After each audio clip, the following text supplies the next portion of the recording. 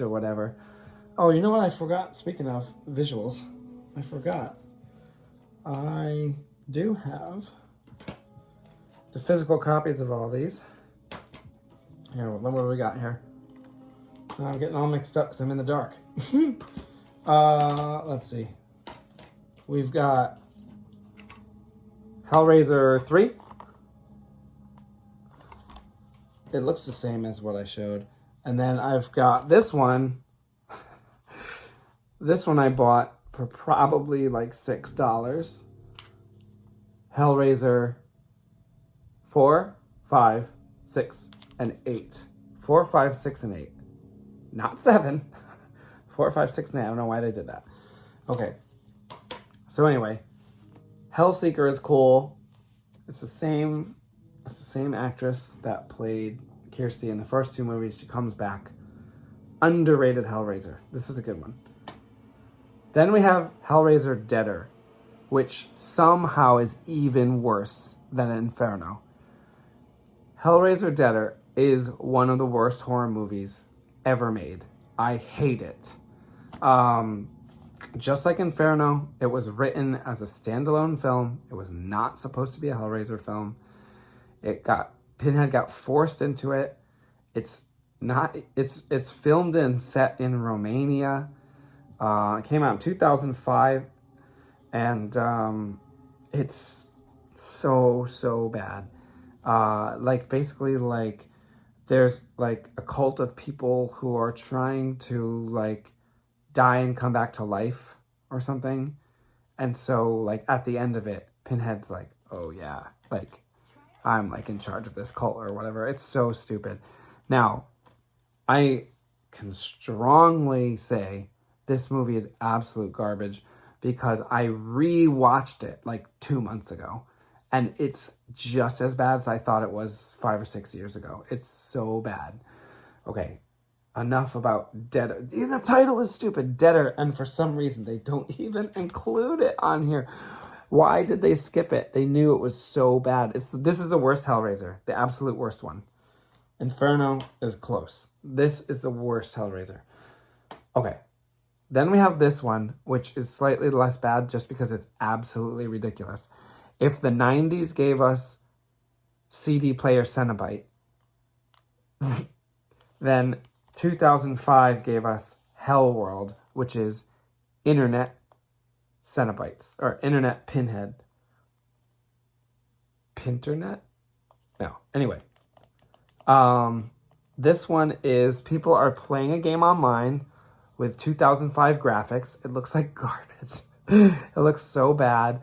And then like playing the game, they get invited to like a party, and then like Pinhead's at the party killing people. It's so stupid. This was not supposed to be a Hellraiser film. He got stuck in it for a 3rd time. Only good thing about this, besides the fact that Pinhead is in it, is that oh my god, I'm gonna forget his name. Holy moly! See, I've got information overload. But the guy from Aliens, the android from Aliens is in it. Holy shit! His name's on the tip of my tongue. Anyway, I can't believe that I can't speak the guy's name right now, and this is such a bad quality poster that I can't. I'm gonna remember it. I'll probably remember it before the end of the video. Look at this. Evil Goes Online. That's so stupid. Oh my goodness. Okay. Oh, and I'm getting a little bit mixed up, but Hellraiser 5 Inferno was directed by Scott Derrickson, who actually is still very active in horror. He directed The Exorcism of Emily Rose, Sinister, which I know was like a big one, and Black Phone, which was another big one that just came out recently. So that's Scott Derrickson. I didn't see Sinister. I saw Black Phone and thought it sucked. And Exorcism of Emily Rose, I think I saw a piece of it and I didn't like it. So I'm not surprised, because Hellraiser Inferno is horrible. Now, Rick Boda, directed Hellseeker, Deader, and Hellworld. 6, 7, 8. He did all three. And even though I do like Hellseeker, the other two are bad. Lance Henriksen is his name. I knew I would remember it. Lance Henriksen, who was in Aliens. He was in Near Dark, and he was in Pumpkinhead, and he was in House 3. He's in a lot of great horror movies. Yeah, he is like the main villain in this, and Pinhead is just like a side character. Okay, moving on. Remember I said I watched Hellraiser 1 through 8 and then 10? That's because 9 is notorious for being the worst Hellraiser ever. And I had just watched some absolute garbage, and I said, you know what? I'm not even watching 9 because it's not even the same actor. It's not Doug Bradley, who played Pinhead in Hellraiser 1 through 8. So I said, I'm not watching this. Look how stupid he looks. And the other movies are painfully bad, some of them. And so I said, there's no way I'm wasting my time and money on this. So I skipped it. However, a couple months ago, I went back and I decided to watch it. And when I watched it, I said, wait a minute. This is actually a Hellraiser movie. Like, the whole thing actually basically plays... It's not a remake, but it follows a lot of major plot points from the original. The acting in it is very bad. The cinematography in it is shaky. It's a garbage movie. However, I like it more than Deader, Inferno, and Hellworld because it actually has a Hellraiser story. It sucks, though. Okay, that's Revelations. Now, the 10th one, Judgement. This is now the third actor to play Pinhead. Oh, wait. Revelations was directed by Victor Garcia, who directed Return of the House on Haunted Hill, which I have not seen, but it is a sequel to the remake of House on Haunted Hill. The original House on Haunted Hill is cool. I never saw the remake. I'll watch it one day. Okay. Oh, also, Revelations was written by Gary Tunnicliffe. I'll be honest with you. I know his last name's Tunnicliffe, and I'm like 95% sure his first name's Gary. So if I'm wrong, you can yell at me in the comments. So Gary Tunnicliffe, if I'm not mistaken, had done makeup for Hellraiser films from Hellraiser 3 forward. And they let him write the script for Hellraiser Revelations. And that's why it's an actual Hellraiser film, because someone who's been involved with the franchise for so long wrote it rather than it being some random movie that got Pinhead squished into it. It still sucks, but that's the story of how Hellraiser tried to get back on track. By the way, by the time Hellraiser 9 Revelations came out, Disney had sold off the Dimension part of Miramax, which is a little confusing, but Miramax and Dimension split, even though Disney had acquired them together and they had always been together.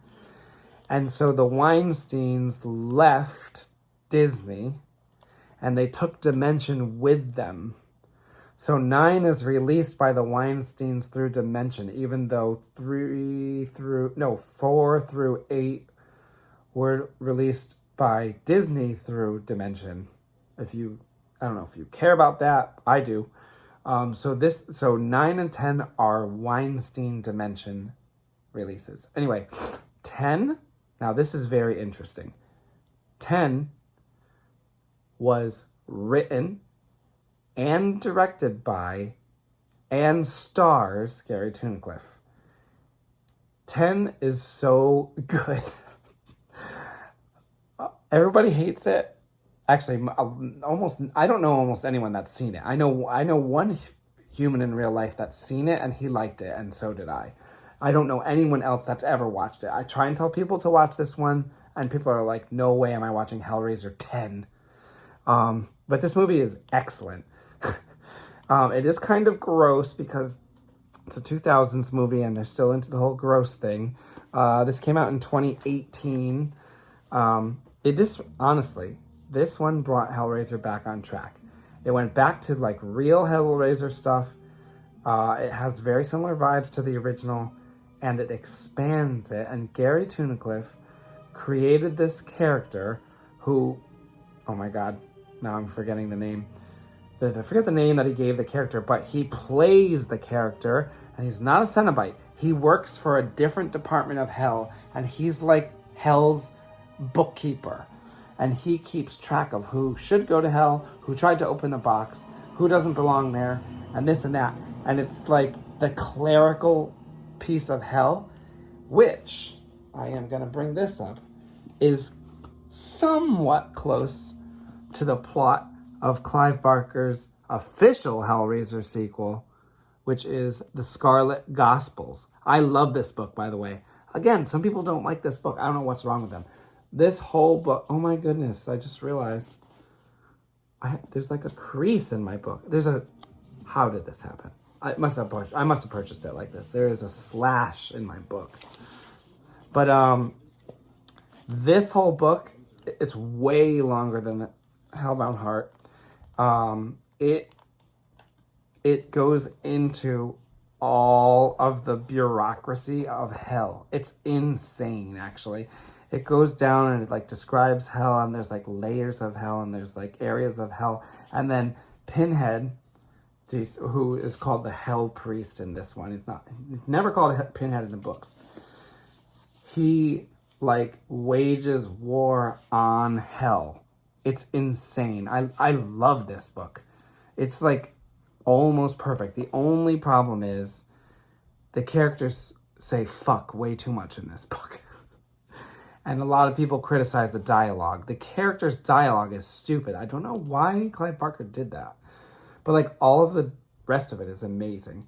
Clive, don't be mad at me if you ever watch this. Please, I love you. You're my favorite author. I actually met Clive Barker a few years ago and talked to him and had a great time. That was in, I think, Cherry Hill, New Jersey. Anyway, on the back here, we've got quotes from Stephen King, Quentin Tarantino, Wes Craven saying how, like, amazing. Look at, this is so good. Quentin Tarantino says, to call Clive Barker a horror novelist would be like calling the Beatles a garage band. He is the great imaginer of our time. I agree. Anyway,